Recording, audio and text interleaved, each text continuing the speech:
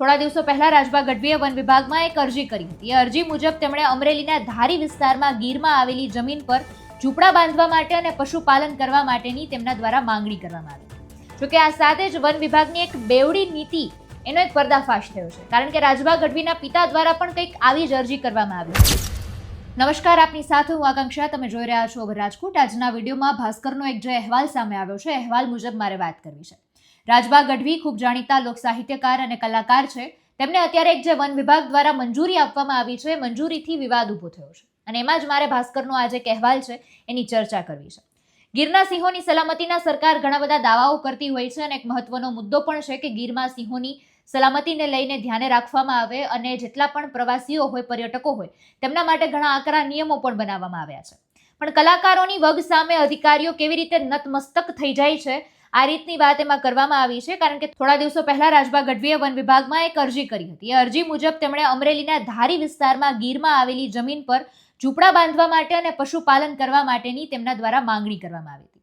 હવે અહીંયા મહત્વનો મુદ્દો એ છે કે આ અરજી ગણતરીના સમયગાળામાં જ મંજૂર થઈ ગઈ છે. જોકે આ સાથે જ વન વિભાગની એક બેવડી નીતિ એનો એક પર્દાફાશ થયો છે, કારણ કે રાજભા ગઢવીના પિતા દ્વારા પણ કંઈક આવી જ અરજી કરવામાં આવી હતી. જ્યારે એમના પિતાએ 3 વર્ષ પહેલા જ્યારે અરજી કરી હતી ત્યારે વિભાગે સજ્જડ કારણો ધરીને પરવાનગી આપવાનો તેમને ઇનકાર કરી દીધો હતો. વાત આખી એવી છે કે જાણીતા લોક સાહિત્યકાર રાજભા ગઢવીના પિતા ગોવિંદભાઈ કરશનભાઈ ચારણે 8 ઓગસ્ટ 2023ના રોજ વન વિભાગને એમણે એક અરજી કરી હતી. એ અરજીમાં એમણે વાત કરી હતી કે 13 વર્ષ પહેલા ગીરના જંગલમાં ઘાસની તંગી હતી અને એટલા માટે જ તેઓ માલઢોરને લઈને લીલા પાણી નેસ છોડીને બહાર જતા રહ્યા હતા. પરંતુ હવે તેઓ ફરીથી નેસમાં આવવા માંગે છે અને એના માટેની પરવાનગી જોઈતી હતી. અહીંયા નોંધવા જેવી બાબત એ છે કે એ સમયે એમની આ અરજી છે એ ફગાવી દેવામાં આવી હતી. અધિકારીઓએ આ રજૂઆત છે એમને ફગાવી દીધી હતી.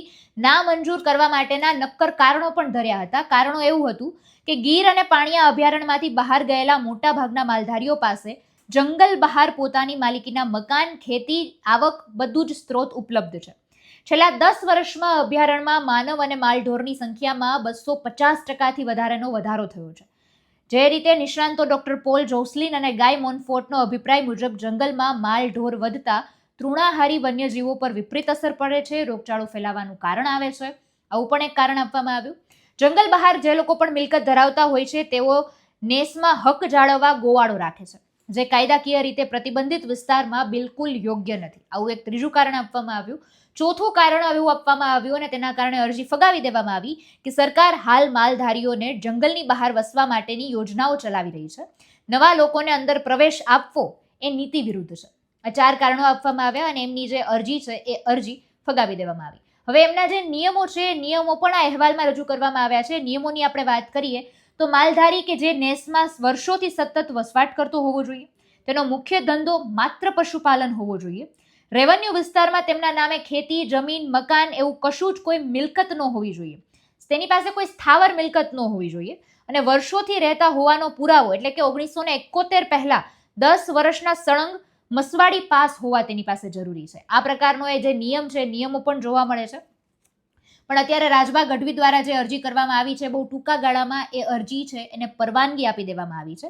19 તારીખે તેમના દ્વારા અરજી કરવામાં આવી હતી. તેમણે ગાંધીનગરમાં વન અને પર્યાવરણના મંત્રી અર્જુન મોઢવાડિયાની ઓફિસે પહોંચ્યા હતા અને તેમણે કીર્તિદાન ગઢવી અને રાજ્ય કક્ષાના મંત્રી ઈશ્વરસિંહ પટેલ પણ તેમની સાથે હતા અને તેમના દ્વારા સોશિયલ મીડિયાના એકાઉન્ટ પર આ મુલાકાતના ફોટા પણ અપલોડ કર્યા હતા અને આ જે અરજી કરવામાં આવી હતી તેની વાત કરવામાં આવી હતી. એટલે અત્યારે વિવાદનું એક કેન્દ્ર છે એ આખું ઊભું થઈ ગયું છે કે કઈ રીતે વન વિભાગની બેવડી નીતિ સામે આવી છે, આ રીતની વાત કરવામાં આવી છે.